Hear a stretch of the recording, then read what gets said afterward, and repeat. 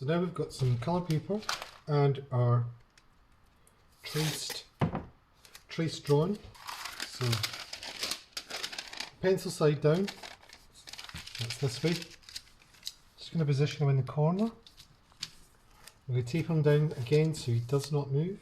And so the paper stuck to the table and the masking tape is sticking tracing paper to the paper and then the table. So it's not going to move anywhere. Now I'm going to take a pencil and I'm going to draw over the top of what we've drawn.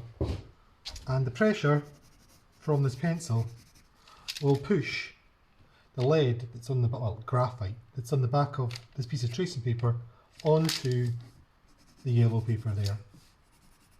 So it's all about pressure. If you go over here, it's not going to leave a mark. So try and keep on the line best you can. If you go off the line, it's not going to ruin it because there's no lead off the line on the underside to mark the paper underneath.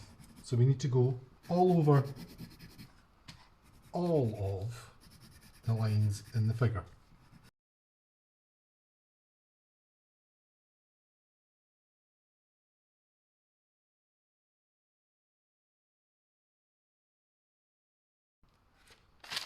Now we're going to take our second figure, again drawn side down. I'm going to find a place for him to fit on the paper. Here looks fine, so let's get the tape before we do anything and stick this guy down so he won't move. Tape on there, tape on here. So again, draw over the top of the line. Has to be on the line or it will not make a mark.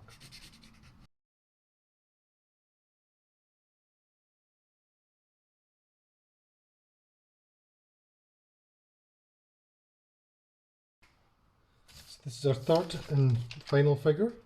So we're going to just do the same again with this guy. We're going to trace some paper on down. Now, is this the right way? Yeah. Drawn side facing towards the paper. This one's quite curly, so I'll need a couple extra pieces of tape. 1, 2. Again, draw around any lines that you can see.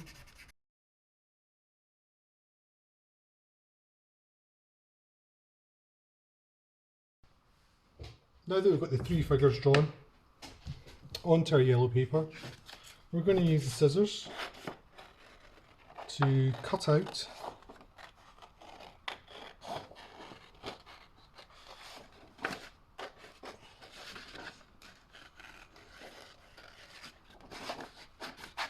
each of the figures one by one.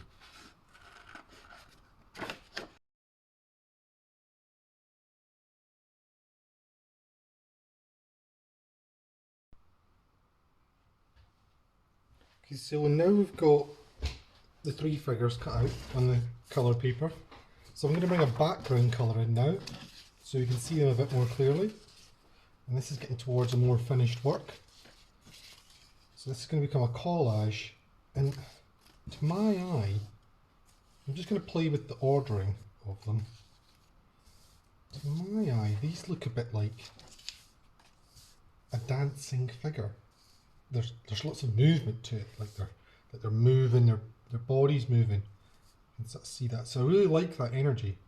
I've tried turning them over onto their opposite side, but they lose something, and it's these lines. These lines are actually quite important to allude to the fact that they're a figure, possibly. Well, let's just try turning them around the other way and see if it still holds.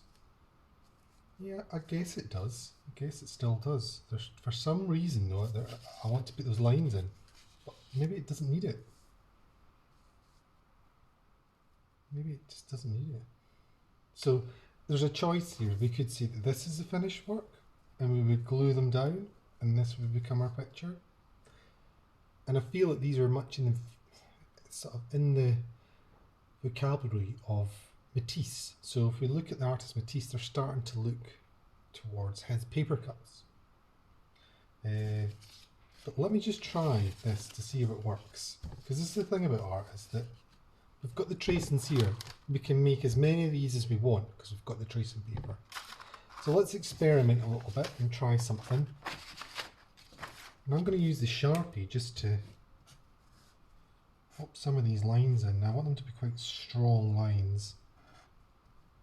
Now this might work, it might not. I don't know. But we're going to give it a go. I'm just putting some of the lines back in that I think might help. They might not help at all, and if that's the case, then we're back to cutting out another set. But we've given it a go. And this thing about whenever you're doing any art is that it's worth just experimenting and be playful, enjoy it, you know. It doesn't have to, don't be too precious about it. Maybe that's enough for them. Let's bring these back onto the paper now. Let's see how these look with the line on them.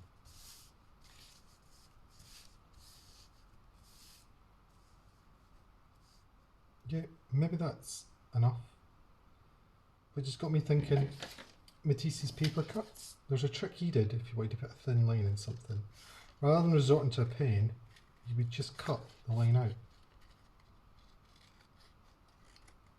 So again, it's just a bit of a experiment. Let's see this one. So we're just going to cut this one out as well. It leaves quite a thin tab of paper, so we have to be careful I don't chop their head off, which we wouldn't want to do. Yeah, that's better. That's more what we wanted. Let's see if we can take this bit out. So I went slightly over in that one again, but I'm not that worried. You know, it's just having a go. So this is quite tricky to do. I can give you a hand to do this tricky cutting out part. Or you may just want to have a go yourself, and if it becomes rougher, more abstract, that's fine as well. Oh yeah, I think I like these lines. I think this is the way to go. I'm going to do the other ones now. Possibly can't do that to that one because the line's over there. So I might have to flip him that way. So you have to be careful when you're doing this additional cutting that you don't cut a piece off by mistake. Ooh, tricky bit of cutting this bit.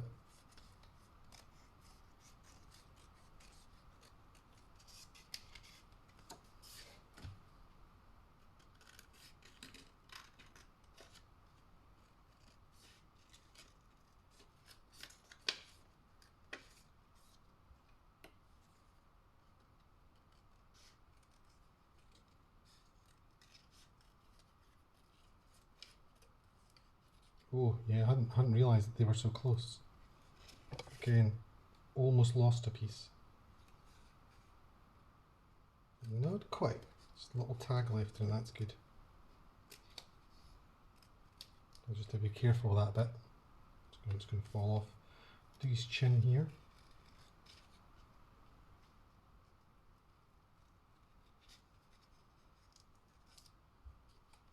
And I'll maybe just take, I'm just going to alter it slightly so it won't fall off. So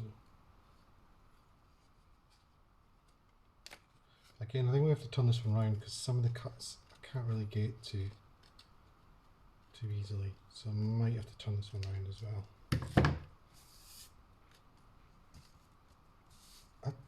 Yeah, there's that one there, this one here, and that one there. So is there any cuts I could make on this one? There's the chin cut, I could make this one.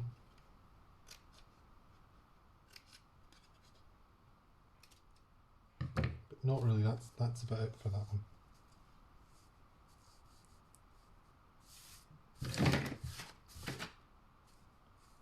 And that, once we glue it down, is our dancing figures.